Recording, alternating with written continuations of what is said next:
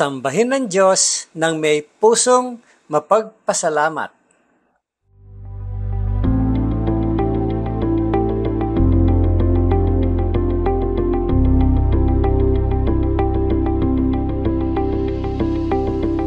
Kamusta po kayo? Pastor Arnold po. Kapag nagpapasalamat ka sa isang tao, iginagalang mo yung tao na yon.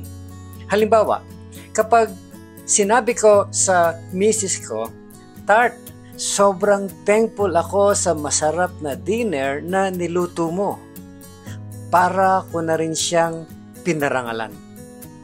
Kapag sinabi ko sa nanay niya, thank you po sa pagluwal kay Marisa para mapangasawa ko. Para ko na ring pinarangalan ang nanay niya. Kapag sinabi mo sa isang tao, salamat po sa pagbubukas ng pinto o salamat sa pagdalo sa service, nagbibigay ka ng honor sa taong yon. Ang pagpapakita ng pasasalamat ay isang paraan na paggalang sa kapwa.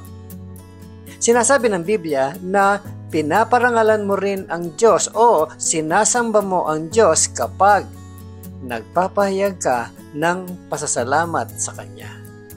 Sabi ng Diyos sa Psalm 50, giving thanks is a sacrifice that truly honors me. Psalm 50 verse 23 ng New Living Translation. Bakit sacrifice ang pagpapasalamat? Dahil nangangailangan ito ng atensyon at focus. Kailangan ng oras at effort para isipin ang mga bagay na dapat ipagpasalamat. Kapag may ginawa ang asawa ko ng mabuti para sa akin, siyempre gusto niyang marinig ang thank you.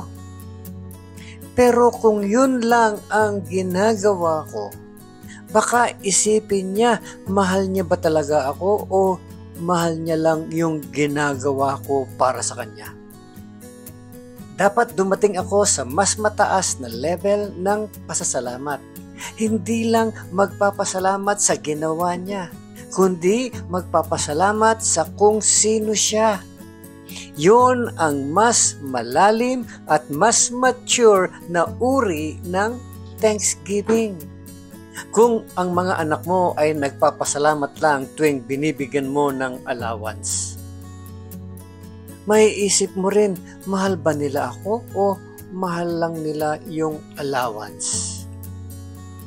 Kung ang pasasalamat mo sa Diyos ay tungkol lang sa pagkain o sa mga ginawa niya para sa iyo, magandang itanong, mahal ko ba talaga ang Diyos o mahal ko lang yung mga ginagawa niya para sa akin?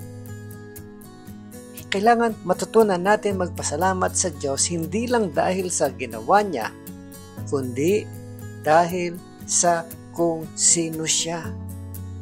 Kapag nagpapasalamat ka sa Diyos kung sino siya, maaring ganito ang panalangin mo.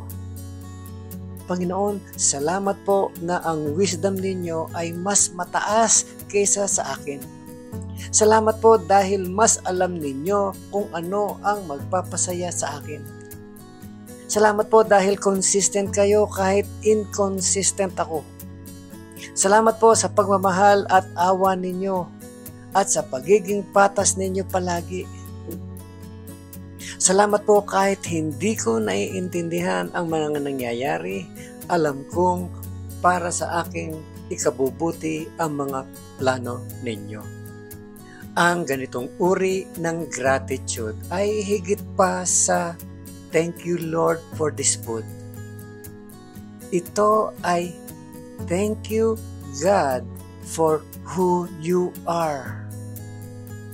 At ito ang klase ng pasasalamat na nagbibigay honor sa Diyos at nagpapalalim ng ating spiritual roots.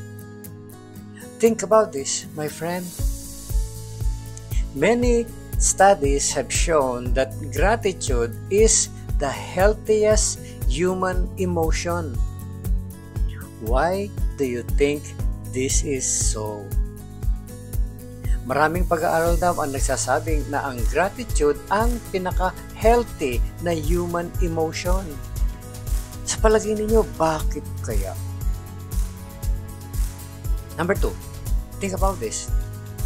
How does radical gratitude help you grow closer to Jesus?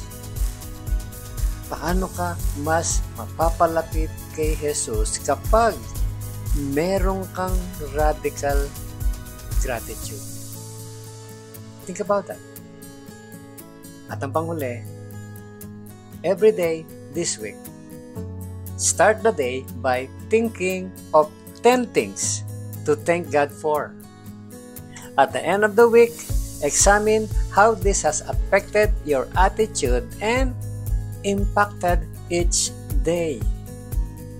Araw-araw ngayong linggong ito, simulan mo ang araw mo ng pag-iisip ng 10 bagay na dapat ipagpasalamat sa Diyos. At pagkatapos ng isang linggo, tignan mo kung paano nito binago ang attitude mo at ang bawat araw mo. Muli po, ito si Pastor Arnold Adrian. At ang encouragement na ito ay hatid sa inyo ng Malabon Community Church. Have a great day, my friend. At huwag mong kakalimutan kung sino ang gumawa ng araw na ito.